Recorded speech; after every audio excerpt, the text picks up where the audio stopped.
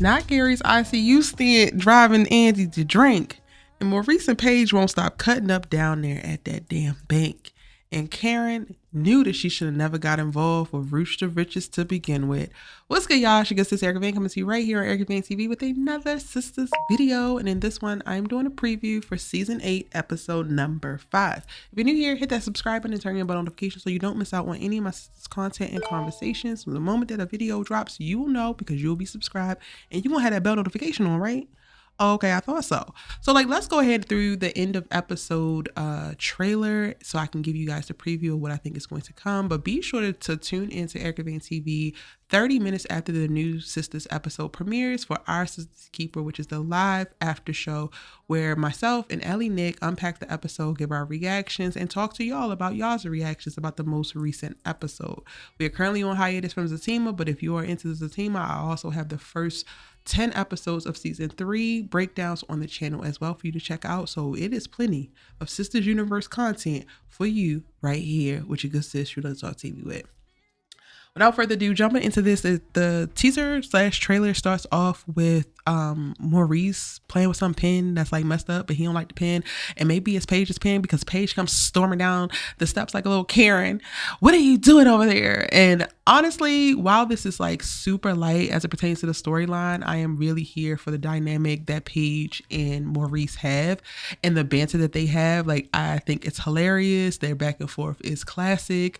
The actress that plays Paige is actually really kind of interesting to me, even with her just being a support character. And when we get a bunch of storylines that actually don't mean anything or not necessarily doing anything, they don't have the benefit oftentimes in the show of also being like having a different element of like being really, really funny or being really relatable. And I think that the Maurice and Paige back and forth is very relatable for people who work maybe in corporate or work, regular working class jobs where you are working with someone that you hate or you dislike or just annoys the hell out of you and they cannot stop being annoying. And that is Paige. While she's had a little bit of glow up, Miss Mamas is still very much so annoying, and I really am here for it. And I much prefer to watch Maurice banter back and forth with her than to have him struggle in this relationship with Grayson where he is spinning his wheels, sabotaging himself, but then also Grayson isn't necessarily giving everything that needs to be gave. While Maurice and Paige are going at it on the floor, it seems like the bank is closed right now. Sabrina is in the back in her office because she's the manager with her man.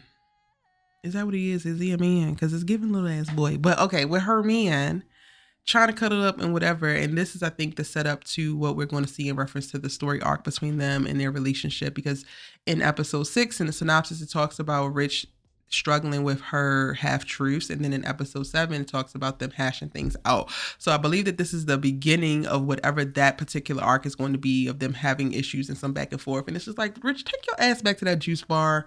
Stop coming down here to the bank, especially stop coming down here getting on Sabrina's nerves. Her hands are full running this damn bank and keeping Paige and Maurice off of each other's necks, like keeping their hands from around each other's necks. We actually don't need you here, sir, but that's just my opinion. Now, across the dang on town, Karen is going at it with Pam after little Miss Vanessa. I think that's her little bald-headed edge's name, has finally left the salon because she came in there talking about she going to sue for $400,000. Roosh the Riches burnt all her edges out and she going to have own this business, the salon. She going to get her money, yada, yada, yada, yada, yada. Karen turns to Pam like, I knew I shouldn't have let your bald-headed ass. She ain't bald-headed, but I shouldn't have let you have this damn business in my salon. Honestly, Karen, you wouldn't have been able to stop it because she was ordering stuff off of your company credit card, storing these things in your storeroom, doing all of this stuff while you were adamantly like, girl, you cannot do this here. You need to be doing something else. You need to be focusing on a job I'm paying you for. And she was still doing it anyway. So I don't even think that you could have stopped her. And at this point, you decided to get on board just so that you can try to recoup some of your money that she did not pay you back, but hopefully you can get it from the profits. Just makes smart business sense. But this was happening regardless. Pam was going to always put you into a compromising position. And I'm excited that you're actually getting her ass, because while y'all might be friends and while she has been an okay subordinate thus far, kind of supportive, she has definitely crossed the line. And to put you in a position of having to go to bat with her legally with a customer for something that she just made up, started ordering stuff with, put together, didn't test or nothing, and now customers are having adverse side effects, even though I think that this customer is lying, and she don't have a business plan in place. She don't have any additional protocol. She don't have no SOP. She don't have nothing to actually protect y'all within this business. No.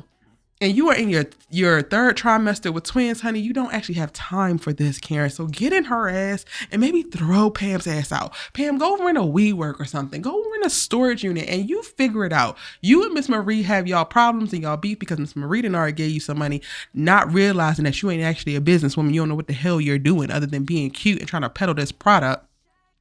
Like, y'all really need to go figure it out. But you know that's not going to happen. Because if Tyler Perry and the writers behind the show is going to do anything, they're going to give Karen some struggle. But that's just what I hope that she would have done. I hope that she would toss Pam out on her ass and let her figure it out. But that ain't going to happen. Y'all know it ain't going to happen. Let me know what y'all think in the comment section. Now, across town again, down at the damn law firm, Miss Marie then got her silk press, then switched up her lipstick, then got her face really beat and is sitting in Hayden's office, and now he got nothing but heat and smoke behind him. So what you doing here? I don't think that you can look at the geriatric vagina or the lady who's holding the geriatric vagina that you kept in your mouth and then have any kind of sass. It's like at that point, you should never, ever have any problems or any issues or any attitude to this person because she remembers how your head looks between her legs. I'm just saying. But we're going to get to see Miss Marie and Hayden go back and forth and him try to save face and probably get his ass embarrassed because that's what Miss Marie does best. Welcome back, Miss Marie. You look good, girl. Child, and to round off the damn trailer, Andi is down at the hospital outside of Gary's room and she's trying to ask the doctor, do we know what's going on or what happened? And then Hudson walks up like, what is going on here? What's happening? And then the next scene, we get to see Andi spiraling, downing wine in her damn penthouse, crying her damn eyes out as if something happened down at the hospital. And I think Hudson blamed her. I think Hudson might be responsible for that little needle going into Gary's IV and then the little vomit session and or seizure that he just had. And it just so happened that Andi perfectly showed up at the time that he's actually reacting to it. So it looks like she did something to him and she's probably spiraling, crying, sliding down the wall and throwing up because she thinks that there's a case actually being built about her trying to kill Gary when she's literally just at the wrong place at the wrong damn time. And Andi, this is no time for you to spiral out, honey. This is no time for you to crash out, Miss Mama.